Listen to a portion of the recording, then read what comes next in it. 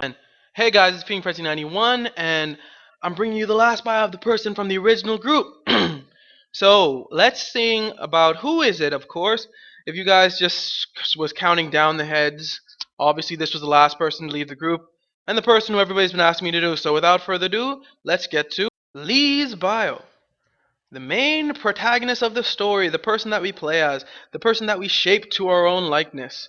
Now, one thing about Lee is that from the very beginning, we first meet him in the police truck, and the car. I mean, and the car goes off road, and then he gets attacked by walkers, and then the police. You can hear the policeman getting attacked by walkers first, and then Lee gets attacked by walkers later.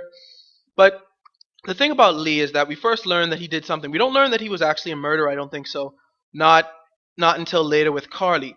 But I think initially we simply know that he did something. Because he was in a police car. He was handcuffed. Everything. So we know that he's a criminal. So it's kind of our job to guess up until Carly tells us what we did. I'm not sure. I didn't go through all the options that the policeman gave me, so I'm not sure if there's an option that would explain that he killed his wife's lover or he killed a state senator. It may be. I'm just not sure. Anyway, in truth, because Lee is so diverse and you can pick so many of his things and so few things are simply canon, I can't really say much about him. This is actually going to be one of my shortest bios because Lee, since he's so different, it's hard to say much about him. So I think I'm going to ask some of his friends what they think about him, and we'll just see what they think. You seem like an okay guy. God, you're amazing. Lee Everett are a killer. We're lucky to have you. Kenny, Lee's a good man. You're the greatest detective. You're a convicted killer. I know you care about Clementine. Anyone can see that. You were there for Katya and Duck when it mattered most, I guess. You've been good to me, Lee. Even when it's not been easy. You're a monster. You're a murderer and a thief.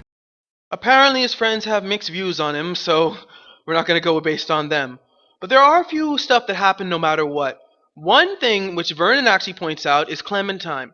No matter what, Lee is kind to Clementine. Even you can kind of be a dick to Clementine, and it's almost impossible to be that to her.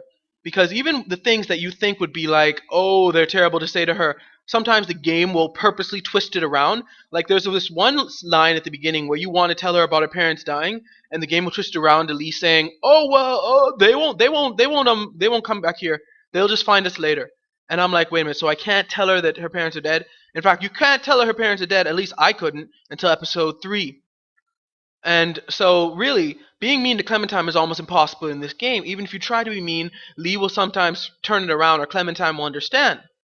So, really, that's one of the only constants. The only other person, or two people, who are cool with Lee no matter what would be Duck and Omid. And Duck, like even if you abandon him on the tractor, he's actually thankful that you tried to save Sean instead of him.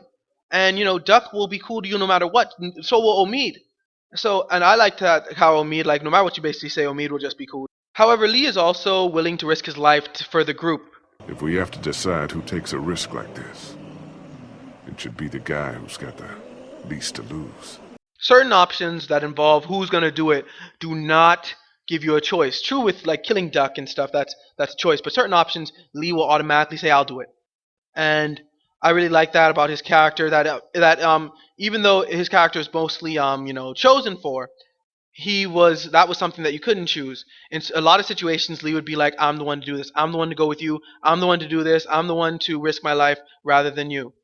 And Lee is a natural born leader, even before he officially was the leader of this group. And it wasn't until episode 5 when you really see Lee's leadership abilities come into play. Krista, get on the windows in the front room. Check the boards. Got it. Kenny, move anything you can up against the doors and windows. That's what I was thinking. Ben, go upstairs. And do what? Just go. Omid. So that scene alone was to show how they were all accepting Lee as leader. There was no more Kenny's leader, there's no more this guy's leader, this person's leader.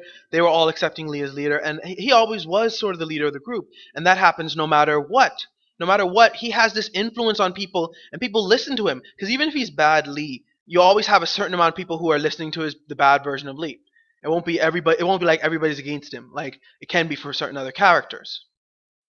So really, and truly, I think Lee's whole coolness with Omid, no matter what, basically, was because Omid and them have to originally take Clementine in season 2, so you couldn't exactly have them not be cool with him. In fact, this whole game, really, the reason that Clementine you have to be cool with Clementine no matter what is because episode 5 would not make sense if Lee didn't care about Clementine. Okay? In fact, episode 5, you can't really tell Clementine anything bad. You can't blame her. I don't think you can blame her for killing Lee. You can't tell her like you shouldn't have done that. You can't like yell at her or anything. So I really don't. There's nothing bad you can say to her. You have to end on a good note with Clementine. Why? Because if you don't, this whole episode wouldn't make any sense. Also, it's all about Lee's redemption. Even if Lee is this bad guy who murders the St. Johns, who kills, who leaves Lily abandoned on the side of the road, who is bad to Carly, bad to everybody, Lee is good to Clementine. And that's the whole point. Is supposed to be this girl that he's taking care of at the risk of his own life. It's supposed to be a redemption of sorts, even if he's bad Lee. It's supposed to get you to feel for him, even though, because if he was badly during the whole game, mostly people wouldn't feel for him. But even with this whole scene about him and Clementine, people still feel for him because of his caring for this little girl. So even though he cares for this little girl, and it's just it's cute no matter what. It's just lovely how he cares for Clementine. Even Vernon will say, if Lee's the worst guy ever, Vernon will still say, you suck, you're terrible, but it's obvious that you care for that little girl. And the whole point of that is that that's Lee's redemption to him. At least that's the point of the game. His redemption is that he takes care of this little girl. Alright, other than that, nothing really I can say about Lee because Lee is so diverse. He's the last member of the group, so I'm kind of glad I'm done with the original group. But I'm not done with the bios. I actually have some more bios to do, which should be up later tonight. I guess you can guess who they are. Other than that, thanks for watching, like, comment, subscribe, and God bless.